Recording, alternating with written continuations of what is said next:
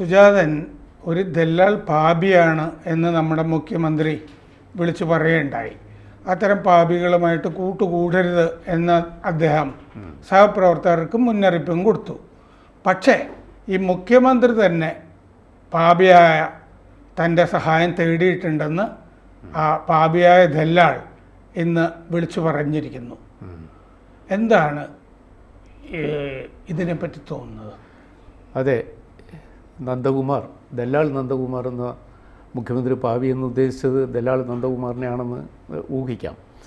അപ്പോൾ അദ്ദേഹം പറഞ്ഞത് മുഖ്യമന്ത്രി തന്നെ എൻ്റെ സഹായം തേടിയിട്ടുണ്ട്. ലാവ്ലിൻ കേസ് കേരള ഹൈക്കോടതിയുടെ പരിഗണനയ്ക്ക് വന്ന സമയത്ത് അതിൽ ഇടപെടാൻ മുഖ്യമന്ത്രി ദല്ലാൾ നന്ദകുമാറിനെ വിളിച്ചത് കോട്ടയത്തു നിന്നാണ്. കോട്ടയത്തു നിന്നൊരു കേരള കോൺഗ്രസ്സുകാരൻ്റെ ഫോണിൽ കൂടെയാണ് മുഖ്യമന്ത്രി സ്കറിയ തോമസിൻ്റെ പേര് പറഞ്ഞിട്ടുണ്ട്. സ്കറിയ തോമസിൻ്റെ ഫോണിലൂടെയാണ് സംസാരിച്ചതെന്നും അതിൻ്റെ അഭ്യർത്ഥന പ്രകാരം പുള്ളി ചില നീക്കങ്ങൾ നടത്തിയെന്നും അങ്ങനെയുള്ള ഒരാൾ പാവി എന്ന് വിളിച്ചത് എന്നെ ഉദ്ദേശിച്ചായിരിക്കില്ല എന്ന് നന്ദകുമാർ സ്വയം ആശ്വസിക്കുകയും ചെയ്യുന്നുണ്ട്. നന്ദകുമാർ പല കാര്യങ്ങളും പറയുന്ന കൂട്ടത്തിൽ ഈ ലാവ്ലിൻ കേസ് ഇങ്ങനെ അടിക്കടി ഇതിനകം 40 തവണയോ മറ്റോ സുപ്രീം കോടതിയിൽ അത് മാറ്റിവെക്കപ്പെട്ടു. ഗിന്നസ് ബുക്കിൽ വരാവുന്ന ഒരു കേസാണ്. ഇന്ത്യൻ ജുഡീഷ്യറിയിലെ ഏറ്റവും മോക്കറിയായ ഒരു സംഭവമാണ്.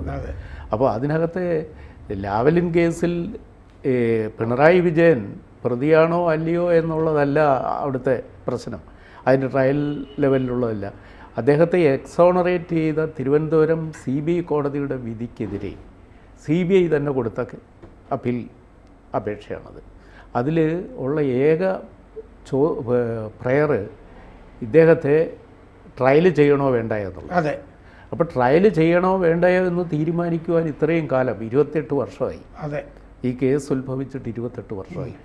ഇപ്പോൾ നമ്മൾ ഈ വൈകുന്ന നീതി നടപടി നീതി നിഷേധമാണെന്ന് ആവർത്തിച്ച് പറയാറുണ്ട് ജുഡീഷ്യറിയിലുള്ളവർ. ഹൈക്കോടതിയിൽ നിന്ന് പിണറായി വിജയന് ആശ്വാസം കിട്ടിയിരുന്നു. ആശ്വാസം കിട്ടി അദ്ദേഹത്തെ കുറ്റവിമുക്തനാക്കി. അതെ, ആ നടപടിയാണ് ചോദ്യം ചെയ്തത്. അതെ. അപ്പോൾ CBI കോർട്ടിന് ആദ്യത്തെ അപ്പീൽ അതിൽ മറ്റേ ആശ്വാസം കിട്ടാത്തവർ കക്ഷിയും ചേർന്നുണ്ട് സുപ്രീം കോടതിയിൽ ഉണ്ട്. അതിൽ ഉദ്യോഗസ്ഥന്മാരായ 2-3 പേരിൽ അതിൻ്റെ ശിക്ഷ അതിൻ്റെ കുറ്റം നിലനിർത്തിക്കൊണ്ട് ഒരാൾ മരിച്ചും പോയി. അപ്പോൾ ആ ലെവലിലേക്ക് പോകാൻ പാടില്ല. ഇതിനകത്ത് പ്രധാനപ്പെട്ട കുറ്റവാളികളിൽ ഒരാൾ 7ാം പ്രതി 9ാം പ്രതി ആയിരുന്ന ആൾ 7ാം പ്രതി പിന്നെ 9ാം പ്രതിയായി. അപ്പോൾ അന്ന് വൈദ്യുതി മന്ത്രിയായിരുന്ന പിണറായി വിജയനായിരുന്നു കനേഡിയൻ കമ്പനിയായ SNC ലാവലിനുമായിട്ട് പൂങ്കുളം തുടങ്ങിയ 3 പദ്ധതികളിലെ അറ്റകുറ്റപ്പണികൾക്കുള്ള കരാറായിരുന്നല്ലോ. അപ്പോൾ അതിലൊരു 100 കോടി രൂപയിലേറെ വരുന്ന അഴിമതി, മൊത്തം 374 കോടി രൂപയുടെ അഴിമതിയായിരുന്നു അന്നത്തെ നിലയിൽ. അപ്പോൾ ഈ കേസ് ഇങ്ങനെ പല നിലയിൽ കേരളത്തിൽ തട്ടിക്കളിച്ച് പോയി. ഒടുവിൽ പിണറായി വിജയൻ എന്ന പ്രതിയെ അത് ഒഴിവാക്കിപ്പെട്ടു. ഹൈക്കോടതി ഒഴിവാക്കിയതിനെതിരെയുള്ള അപ്പീലാണ് ഇപ്പോൾ കോടതി കിടക്കുന്നത്. ആ കോടതിയിൽ ഓരോ തവണയും ഇത് പോസ്റ്റ് ചെയ്യും, അത് എടുക്കില്ല. ഒന്നീ CBIയുടെ അഭിഭാഷകൻ ഹാജരാകില്ല, ഇല്ലെങ്കിൽ വേറെ ഏതെങ്കിലും തടസ്സം വരും. ഇത് മനഃപൂർവ്വമാണ് എന്ന ഒരു തോന്നൽ പൊതുസമൂഹത്തിൽ എത്രയോ കാലമായി ഉണ്ട്. മാത്രമല്ല BJPയെ സംസ്ഥാനത്തെ BJPക്കാർ പോലും കുറ്റപ്പെടുത്തുന്ന ഒരു കേസുമാണ്. പക്ഷേ ഈ ദല്ലാൽ നന്ദകുമാർ പറയുന്നത് എന്താണെന്ന് വെച്ചാൽ ഹൈക്കോടതിയിലെ കേസിൽ ലാവ്ലിൻ കേസ് ഹൈക്കോടതിയിലെത്തിയപ്പോൾ പിണറായി വിജയനെ സഹായിച്ചു എന്നാണ് അവകാശപ്പെടുന്നത്. അതായത് ജഡ്ജിയുമായിട്ട് ഒക്കെ അടുപ്പമുള്ള ഒരു വക്കീൽ എന്നുള്ള നിലയ്ക്ക് ഒരാളെ ബന്ധപ്പെടുത്തി കൊടുത്തു എന്നുള്ളതാണ് നന്ദകുമാർ പറയുന്നത്. പേര് പറഞ്ഞിട്ടുണ്ട്, സോഹൻ എന്ന് പറഞ്ഞിട്ടുണ്ട്. പിന്നീട് സോഹന് ഒരു നിയമനം കിട്ടി, സ്റ്റേറ്റ് അറ്റോർണി ആയിട്ട് വെച്ചു എന്നൊക്കെ നന്ദകുമാർ പറഞ്ഞിട്ടുണ്ട്. അത് കഴിഞ്ഞ് പിന്നീട് ഒഴിവാക്കുകയും ചെയ്തു. ഏത് കാര്യമൊക്കെ നടന്നു കഴിഞ്ഞപ്പോൾ എന്നൊക്കെയാണ് നന്ദകുമാർ പറയുന്നത്. അതെ. ആ നന്ദകുമാറിനെ ഇപ്പോൾ EP ജയരാജൻ തർക്ക കേസിൽ പാപി എന്ന് വിളിക്കുന്ന മുഖ്യമന്ത്രി, അദ്ദേഹത്തിന് ഈ പാപിയുടെ സഹായം വേണ്ടി വന്നു. അപ്പോൾ ആദ്യം ശിവൻ സ്വാഹ ആയത് പിണറായി വിജയനാണ്. അപ്പോൾ EP ജയരാജനേക്കാൾ വലിയ അടുപ്പം നന്ദകുമാറുമായിട്ട് ഒരിക്കലെങ്കിലും പിണറായി വിജയൻ ഉണ്ടായിരിക്കും. അപ്പോൾ ഇപ്പോൾ സെക്രട്ടേറിയറ്റ് ചർച്ച ചെയ്തിട്ട് ഈ അടിസ്ഥാനരഹിതമായ ആണ് പലതെന്ന് കണ്ടിട്ട് ശോഭയ്ക്കെതിരെയും ഒക്കെ കേസ് കൊടുക്കാൻ ഇ പി ജയരാജനെ ഉപദേശിച്ചിട്ടുണ്ട്. അതെ അതെ. അങ്ങനെയാണെങ്കിൽ മുഖ്യമന്ത്രി പിണറായി വിജയനും കേസ് കൊടുക്കേണ്ടതല്ലേ? തീർച്ചയായിട്ടും. ഇത് നമ്മുടെ മുഖ്യമന്ത്രിയെ അപമാനിക്കാൻ ഈ ദല്ലാൾ നന്ദകുമാർ എന്ന ആൾ ഇല്ലാ കഥയാണ് പറയുന്നതെങ്കിൽ മുഖ്യമന്ത്രി കേസ് കൊടുക്കേണ്ട കാര്യമാണിത്. അതെ. ഇത് പക്ഷേ CPM നേതാക്കൾ കേസ് കൊടുക്കുന്ന കഥകളൊക്കെ നമുക്കറിയാമല്ലോ. തോമസ് ഐസക്ക് മുതൽ കടകംപള്ളി ശ്രീരാമകൃഷ്ണൻ, സ്വപ്ന പല ആരോപണങ്ങളും ഉന്നയിച്ചു. ആരും ഒരു കേസും കൊടുത്തില്ല. സ്വപ്നയുടെ പക്കൽ ഈ നേതാക്കളുടെ നൂറുകണക്കിന് വക്കീൽ നോട്ടീസ് കയ്യിലിരിപ്പുണ്ട്. ആ കേസ്, ആ നോട്ടീസിനപ്പുറത്തേക്ക് ഈ കേസൊക്കെ എവിടെ പോയി എന്ന് ആർക്കും അറിയില്ലല്ലോ. അതെ. അപ്പോൾ ഈ കേസ് കൊടുക്കും എന്നത് ഒരു പബ്ലിക്കിൻ്റെ കണ്ണിൽ മണ്ണിടാനുള്ള ഒരു വെറും വാചകമായി തീരും. പരമാവധി ചെയ്യുന്നത് തന്നെ ഈ രാഷ്ട്രീയ നേതാക്കൾ വക്കീൽ നോട്ടീസ് അയക്കുക എന്നുള്ളതാണ്. അതെ അതെ. അപ്പോൾ ഇ പി ജയരാജനെയും കേസ് കൊടുക്കാൻ മാത്രം ഏൽപ്പിച്ച് തടിയുരുകയാണ് ചെയ്തത്. ആ മാതൃക സത്യത്തിൽ ഇ പി ജയരാജന് മാതൃക കാണിക്കേണ്ടത് തന്നെ മുഖ്യമന്ത്രിയാണ്. തീർച്ചയായും. അദ്ദേഹം ഇത് അടിസ്ഥാനരഹിതമാണെങ്കിൽ ഈ ദല്ലാൾ നന്ദകുമാറിനെതിരെ കേസ് കൊടുക്കണം. പത്രങ്ങളിലെല്ലാം കേസ് കൊടുത്തില്ലെങ്കിൽ നമ്മൾ എന്താണ് ധരിക്കുന്നത്? ശരിയാണ്, ഇങ്ങനെ നടന്നിട്ടുണ്ട്. കാരണം എന്താണെന്ന് വെച്ചാൽ നന്ദകുമാർ ആദ്യകാലത്ത് തന്നെ ഈ കോടതികളിൽ ഇടപെടുന്ന ഒരാളായിട്ടാണ് ഈ ഇടപാടിലേക്കൊക്കെ ഇറങ്ങിയത്. അതെ അതെ. വളരെ മുമ്പ് വേറെ പലതും ചെയ്തിട്ടുണ്ടെങ്കിലും ഗൾഫിലൊക്കെ പോയിട്ടുണ്ട്. ഈ സഹകരണ നിയമം നന്നായിട്ട് വായിച്ചു പഠിച്ചിട്ട് സഹകരണ സ്ഥാപനങ്ങൾക്കെതിരെയൊക്കെ കേസ് കൊടുക്കുകയൊക്കെ ചെയ്യുമായിരുന്നു ആദ്യകാലത്തൊക്കെ. ഇവിടെ ഉണ്ടായിരുന്ന കാലത്ത്, മുണ്ടൊക്കെ ഉടുത്ത് നടന്നിരുന്ന കാലത്ത് വ്യവഹാരിയായിരുന്നു. അതെ, ആ കാലത്തുമൊക്കെ ചെയ്തിട്ടുണ്ടായിരുന്നു. അപ്പോൾ കോടതികൾ വ്യവഹാരമൊക്കെ ആയിട്ടൊക്കെ ആദ്യകാലം മുതലേ ബന്ധമുള്ള ആളാണ് അദ്ദേഹം. അപ്പോൾ ഈ കാര്യത്തിൽ എന്താണ് ഈ മൗനം പാലിക്കുന്നത്? ഇതുവരെ ഒന്നും പിണറായി വിജയൻ പറഞ്ഞിട്ടില്ല ഈ ആരോപണത്തിൽ. അതല്ല, ഉറക്കപ്പായിൽ നിന്ന് എണീറ്റ് ഇന്ന് രാവിലെ ആരെ ചതിക്കണമെന്ന് ചിന്തിക്കുന്ന ഒരാൾ, അങ്ങനെയുള്ള ആളുകളുമായിട്ടുള്ള കൂട്ടുകൂടൽ ജയരാജൻ നിർത്തണം എന്ന് പറഞ്ഞ മുഖ്യമന്ത്രി ഈ ചതിയനുമായിട്ട് നടത്തുന്ന ഇടപാടുകൾ, അപ്പോൾ ഈ പറയുന്നതും പ്രവർത്തിക്കുന്നതും തമ്മിൽ ഒരു പൊരുത്തമില്ലാതെ വരികയല്ലേ? അതെ. അല്ലെങ്കിൽ നന്ദകുമാർ പറയുന്നത് തികച്ചും കള്ളമാണെങ്കിൽ അയാളുടെ പേരിൽ നിയമ നടപടിക്ക്. അതെ, നന്ദകുമാർ പറയുന്നത് എന്താണെന്ന് വെച്ചാൽ ഞാൻ നേരത്തെ എന്നോട് ചോദിച്ച കാര്യം ഞാൻ ചെയ്തു കൊടുത്തിട്ടുണ്ട്. സത്യത്തിൽ അങ്ങനെ ഒരാളിൽ നിന്ന് സഹായം പറ്റിയിട്ടുണ്ടെങ്കിൽ അയാളെ പാപി എന്ന് വിളിക്കുന്നത് ശരിയാണോ? അതെ. ഒരു സഹായിയാണല്ലോ, പരോപകാരിയൊക്കെ ആണല്ലോ. പരോപകാരിയാണെന്നുള്ള അനുഭവം മുമ്പേ ഉണ്ട്. ഇ പി ജയരാജൻ കൂട്ടുകൂടുന്നതിന് മുമ്പേ മുഖ്യമന്ത്രിക്ക് ദല്ലാളിനെ അറിയാമെന്നല്ലേ പറയുന്നത്. അപ്പോൾ അത് ഇതിനകത്തെ ഒരുപാട് കാര്യങ്ങൾ ഇനിയും പുറത്തു വരാനുണ്ട്. ഈ ദല്ലാൾ നന്ദകുമാറിനെ ആവശ്യത്തിന് ഉപയോഗിക്കുകയും ചില ആവശ്യം കഴിഞ്ഞതിന് ശേഷം പിന്നെ അയാൾ പാവിയാണ്, ചതിയനാണ് എന്നൊക്കെ പറയുകയും ചെയ്യുന്നതിനകത്തൊരു പൊരുത്തക്കേടുണ്ട്.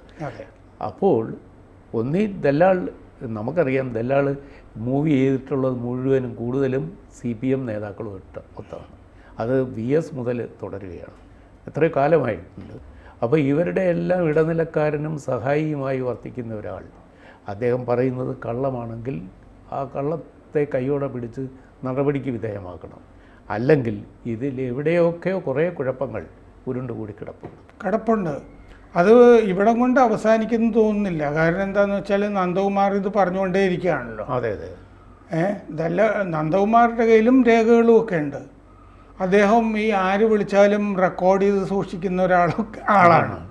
അപ്പോൾ സ്കറിയ തോമസിൻ്റെ ഫോണിൽ നിന്ന് വിളിച്ച റെക്കോർഡിങ്ങും ഒക്കെ അദ്ദേഹത്തിൻ്റെ കയ്യിൽ കാണും.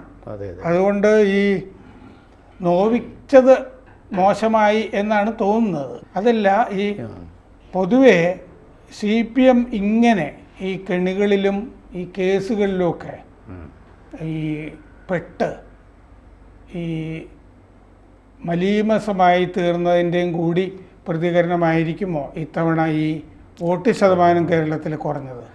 ഈ CPMകാർ കുറേ പേര് അനുഭാവികളെങ്കിലും വോട്ട് ചെയ്യാൻ പോയിട്ടില്ല എന്നൊക്കെ കേൾക്കുന്നു. തീർച്ചയായിട്ടും ഇപ്പോൾ ചെയ്യപ്പെടാത്ത വോട്ടുകളിൽ അത് കോൺഗ്രസിൻ്റെയോ UDFൻ്റെയോ വോട്ടാണ്, ഞങ്ങളുടെ വോട്ടെല്ലാം ചെയ്യപ്പെട്ടിട്ടുണ്ട് എന്ന് പിന്നെ CPM സംസ്ഥാന സെക്രട്ടറി അവകാശപ്പെടുന്നുണ്ടെങ്കിലും ചെയ്യപ്പെടാത്ത വോട്ടുകളിൽ നല്ലൊരു ശതമാനം CPMൻ്റെ വോട്ടുകളാണ്. അതെ, CPMൻ്റെ ഇന്നത്തെ നീക്കങ്ങളെയും രാഷ്ട്രീയ നിലപാടുകളെയും ഈ ഗവൺമെൻറ്റിൻ്റെ ചെയ്തികളെയും ഇഷ്ടപ്പെടാത്ത അനേകം CPM അണികൾ, അതെ, അവർക്ക് ഈ തെരഞ്ഞെടുപ്പിനോട് താല്പര്യമില്ലായ്മ ഉണ്ടായി. അപ്പോൾ അവർ വേറൊരു പാർട്ടിക്ക് വോട്ട് ചെയ്യാൻ മടിയുള്ളവരും അതെ, ആയ ചിഹ്നത്തിൽ വോട്ട് ചെയ്ത് ശീലമുള്ളവർ അവർക്ക് പാർട്ടി വിട്ട് വേറിടത്ത് ചെയ്യാൻ മനസ്സനുവദിക്കത്തില്ല. അതാണ് ആ വോട്ടെടുപ്പിൻ്റെ രാവിലെ ഈ ജയരാജൻ്റെ വെളിപ്പെടുത്തലിൻ്റെ ലക്ഷ്യവും അതായിരുന്നിരിക്കും. തീർച്ചയായിട്ടും. അപ്പോൾ ഇപ്പോൾ പോൾ ചെയ്യപ്പെടാത്ത ഒരു നല്ല ശതമാനം വോട്ട് ഇടതുപക്ഷ വോട്ടുകളാണ്. അതെ, അതുകൊണ്ട് പേഴ്സൻറ്റേജ് ഓഫ് വോട്ട് കുറഞ്ഞതിൻ്റെ പേരിൽ ഇത് കോൺഗ്രസിൻ്റെ വോട്ടുകളാണെന്ന പഴയ യുക്തി ഈ പ്രാവശ്യം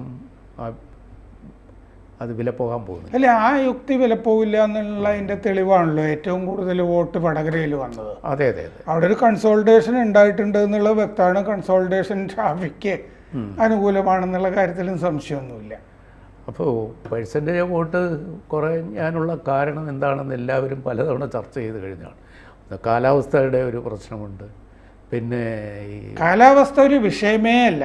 എന്താണെന്നറിയോ, കേരളത്തിലെ ഏറ്റവും കൂടുതൽ പോളിംഗ് കുറഞ്ഞത് ജനുവരിയിൽ, മറ്റേ അടിയന്തരാവസ്ഥയ്ക്ക് ശേഷം ജനുവരി നല്ല കാലാവസ്ഥയല്ലേ, ഡിസംബർ ജനുവരി നമ്മുടെ ചരിത്രത്തിലെ ഏറ്റവും കുറവ് പോളിംഗ് അന്നായിരുന്നു. അത് NS മാധവനൊക്കെ ഇന്ന് എഴുതിയിരിക്കുന്നുണ്ട്.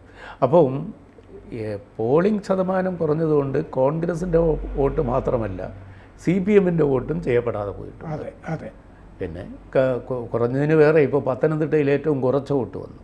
അല്ലെങ്കിൽ തന്നെ ഈ കുംഭകോണങ്ങൾ, ഈ മുഖ്യമന്ത്രിയും മകളും കുടുംബവും ഒക്കെ ആയിട്ടുള്ള കരുവന്നൂർ മുതൽ തന്നെ ഈ അനുഭാവികളും അടുത്തിരിക്കുന്നതായിട്ട് എനിക്കറിയാം. എന്തിനനുഭാവികൾ, ശരിക്കും പാർട്ടി അംഗങ്ങൾ തന്നെ പലരും എന്നോട് ഈ കാര്യങ്ങൾ പങ്കിടാറുണ്ട്. പിന്നെ ഇങ്ങനൊരു വിവരവും കൂടി വന്നു കഴിഞ്ഞാൽ BJP പാളയത്തിലേക്കും കൂടി സഖാക്കൾ പോകുന്നു എന്നറിഞ്ഞാൽ ആര് വോട്ട് ചെയ്യാനാണ്? പിന്നെ വേറൊരു കാര്യമുണ്ട്, വോട്ട് ചെയ്യാൻ പോളിംഗ് ബൂത്തിൽ പോയി തടി രക്ഷിക്കേണ്ട മുഖം രക്ഷിക്കാൻ വേണ്ടുന്ന പാർട്ടി ബന്ധുക്കളുണ്ട്. അതെ, അവർ നോട്ടയ്ക്കല്ല വോട്ട് ചെയ്തതെന്ന് എന്താണ് അതൊന്നും അറിയില്ല. അപ്പോൾ വോട്ട് എണ്ണി കഴിയുമ്പോഴേ നമുക്ക് നോട്ടയുടെ വലിപ്പം അറിയാൻ പറ്റും. അതെ, നോട്ടയ്ക്ക് വോട്ട് കൂടിയിട്ടുണ്ടെങ്കിൽ അതിൽ ഈ ഘടകങ്ങളെല്ലാം വരും.